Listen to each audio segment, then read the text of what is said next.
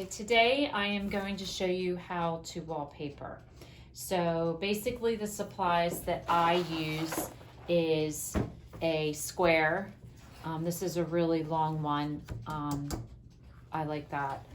Measuring tape, a pair of scissors, a very sharp knife, pencil. This is the only tool I use to hang my wallpaper. There's a lot of different things out there. There's brushes and all kinds of stuff. I swear by this. I love this. This is the only tool I use when actually hanging the wallpaper.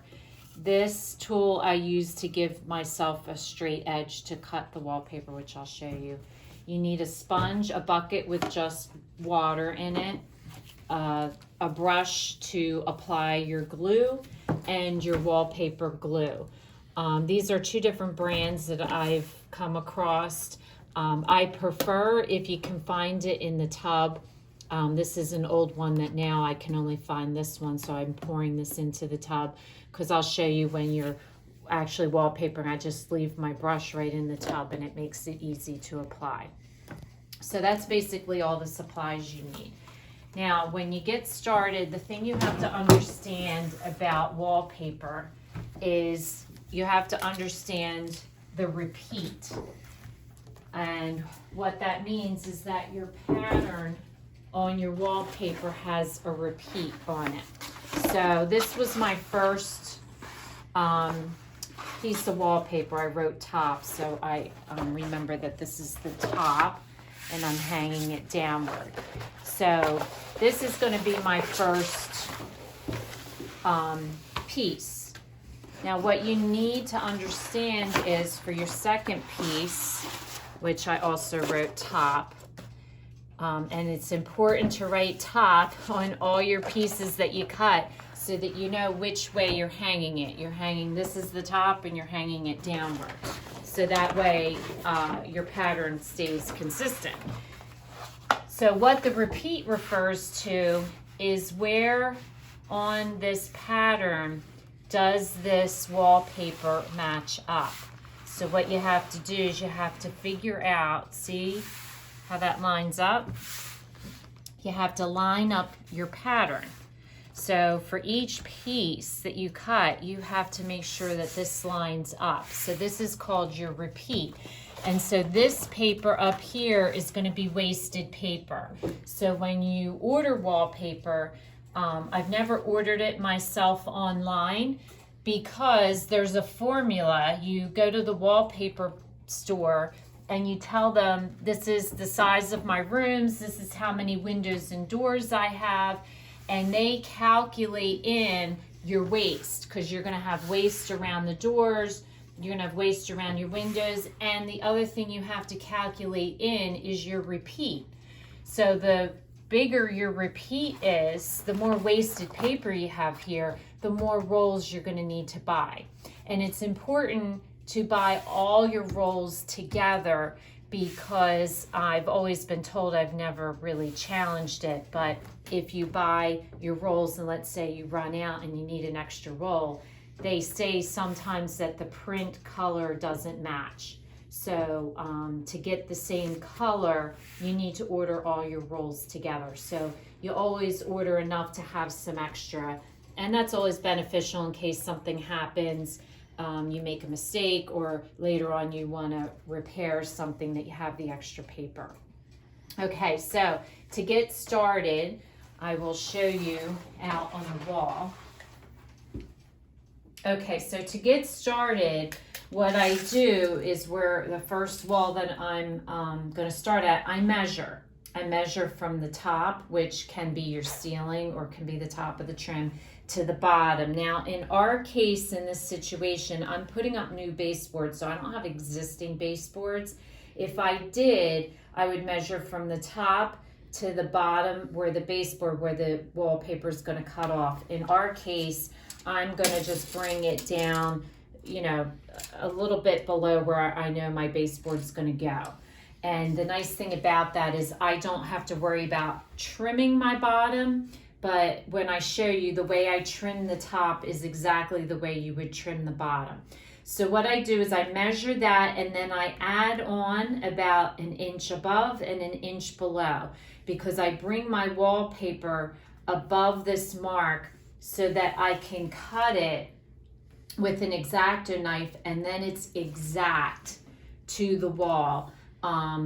Because like I said, some walls aren't straight, and so it's going to be hard to manually measure and cut that. So what I do is I bring it above, and then I run an X-Acto knife along here, cut it off, and it's exact to the wall. So that's going to be my first piece. Now, you can pre-cut pieces if your wall going across is exactly the same length, which for me, for a while, it's going to be the same length, and then it goes up. So I could cut about 7 pieces before I get to a spot where I can't do that anymore, because then the walls change. So if you have a consistent wall all the way around with no windows, doors, or anything, it is a very easy process, because once you measure one, you can measure the others and then just hang them all up. So I'm going to show you how I cut my first 2 pieces. Okay, so what you do is you take the back of your wallpaper and you take your measurement, whatever that measurement is, and you do little dashes across your paper. And then you take your square, which, like I said, I like a really long one, because then I just line this up with the wallpaper, line up my marks, and then with a pencil, just draw a line and then cut that, and that would be the size of your wallpaper. So I've gone ahead and already done that with my first piece. Now, like I said, this is my first piece, so I marked it top and I marked it number 1. So to get your second piece is actually going to be longer than your first piece because of the repeat. So what I do is I mark my second piece top number 2. And what you're going to do is you're going to match up your repeat. And then you're going to take your first piece and you're going to cut it off at the bottom. Okay, so as you see, all my other pieces are going to have this extra waste. Once you get your second piece cut, then every additional piece after that, you just use this as your template. And then you can just keep cutting them out, and it makes it go a lot faster. And that's only if all your walls are the same. Once you get to a point where it goes shorter or longer, you can't do that. Just to give you an example, in our kitchen, this wallpaper had no repeat. If you go to where the seam is, you'll see there's white on the left side and there's white on the right side. That had no repeat because there was no pattern to match up. So it just depends on the wallpaper as to what your repeat is and how often it is. I would just like to mention one thing. This is traditional wallpaper, which requires glue. I have purchased wallpaper that has had the glue on it, that you're just supposed to add water. I don't do that. I use the glue for several reasons. And then the third type of wallpaper that you can get right now is that peel and stick, kind of like contact paper, which I would not recommend at all, and I'll explain why. The nice thing about the glue, using the glue, is one, it secures it really well, so you're not going to have any curling. So I liberally apply glue. The second reason you apply the glue is that it makes your wallpaper very movable on your wall, and I'll show you, demonstrate why this is important when hanging wallpaper. So your first step is going to be to take your brush and just put the glue all over the wallpaper. And that's why I like this kind of container, because you can just dip your brush in and then just leave it here as you're wallpapering. And it makes it very easy. You want to make sure you really get your edges really well, because that's where your wallpaper tends to curl after age. And you'll notice I have a couple heavy things that I weigh the wallpaper down with because it does curl up. But once you put the glue on, it stays flat for you. Okay, once you have glue all over it, depending on the size of your piece, especially the longer pieces, just fold it up on top of each other. That way you're not getting glue on anything as you're carrying it. Just leave enough on the top that you can attach it, and bring your glue bucket with you. Okay, so before I put my wallpaper up, I put glue on the wall. And this may seem like overkill, but the one thing is I don't have wallpaper peeling on me. So especially along your edges, along your seams, which is where your plumb line was drawn.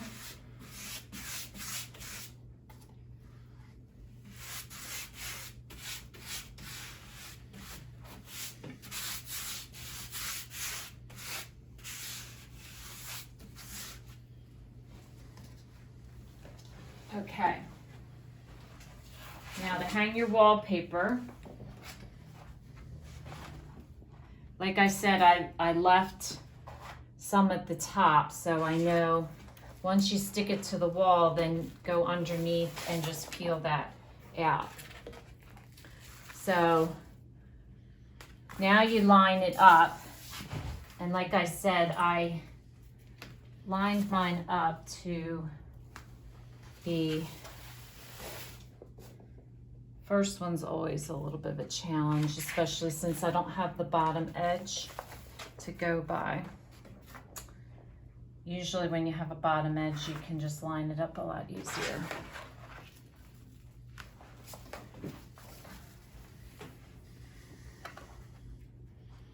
Okay, I think I want it to rate about, usually you'll have your baseboard to help you line up.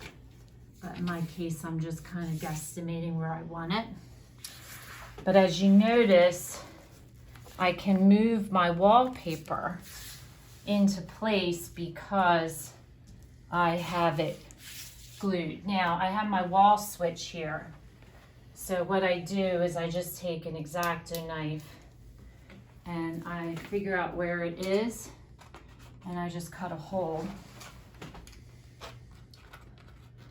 Cut it out, and with a sharp knife you can do that very easily.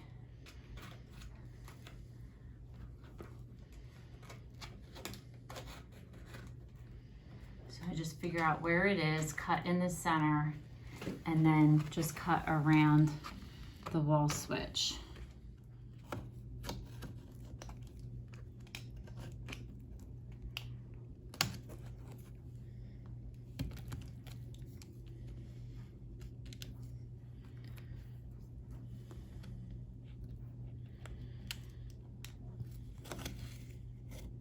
Okay, so you want to make sure it's all the way against the wall. And I use this plastic piece to spread out, see the air bubble? To spread it, the bubbles, and to get a seam going all the way across. And then you just scrape it.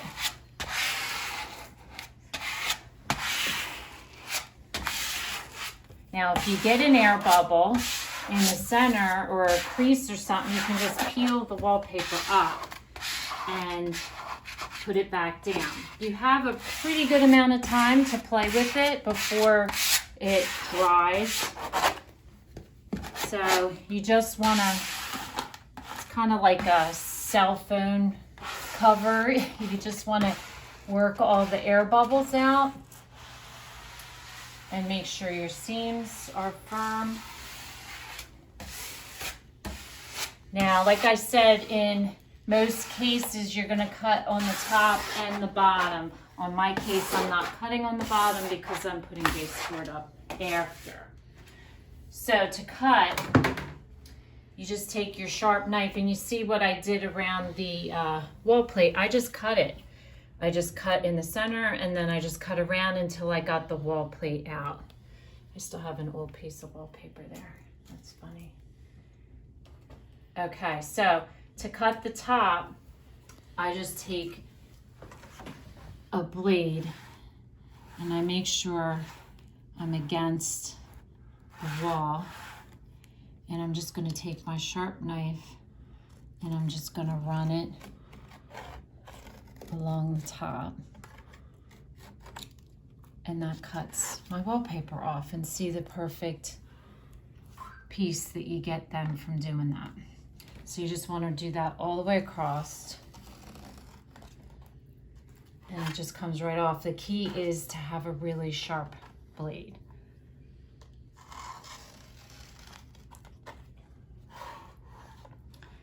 Now you'll notice that there's glue, and you might actually have glue on your wallpaper too. That's what the bucket and the sponge is for.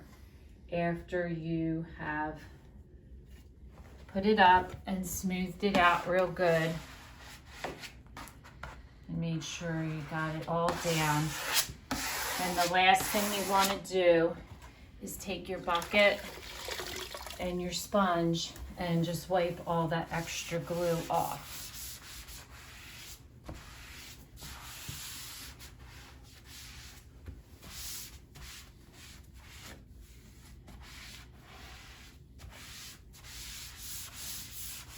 Now, the plainer the pattern, the more white you have in your paper, the more you're going to see bumps and stuff on your walls. So if you have really bad walls, my recommendation is getting a really pattern, a really good pattern, and that hides all the imperfections in your wall. If you have a really good wall, then you could go with more of a white, more of a plain pattern.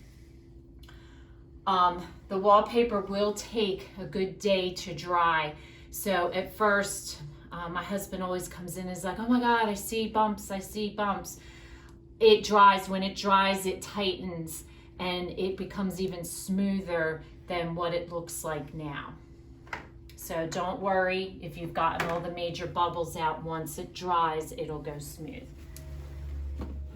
Okay, so this is my piece number 2, and I've just come out here just to line it up, make sure I have my cut right, because that's what you're going to line it up with, your pattern. So I do. I did the bottom perfectly. Okay, so what I'm going to do is I'm not going to glue all this. This would be a waste of glue. So I'm just going to now put a little cut in my paper, and I'm going to cut this off before I start gluing and bring it out. All right, this is my second piece of wallpaper. So now I am going to match it up. And again, this is why putting the glue on is so important, because it allows you to move it into place and line it up with your pattern perfectly. You don't want to overlap your seam, because that's how you get curling. You just want it right up against it. You want to look at your plumb line and make sure that you're straight on and that you're up against the paper. Then you're going to, you're just going to follow the same steps. Take your scraper, scrape all the bubbles out. If you get a crease, you just pull it back up and do it again.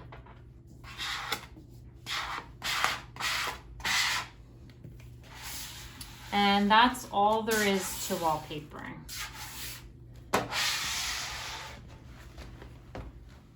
So this wallpapering project took me 2 full days to do. If you are considering wallpapering for the first time, I recommend picking a small room and try to pick a room that is more like what's right here, just a straight cut with not a lot of different sizes of wall.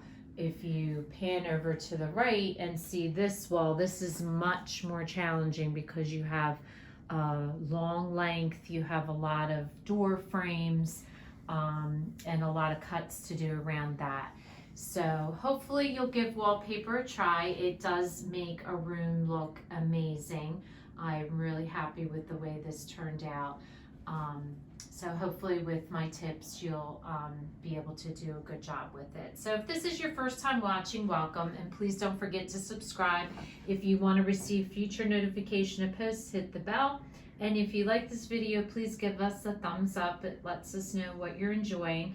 Thanks for watching, and we'll see you again soon.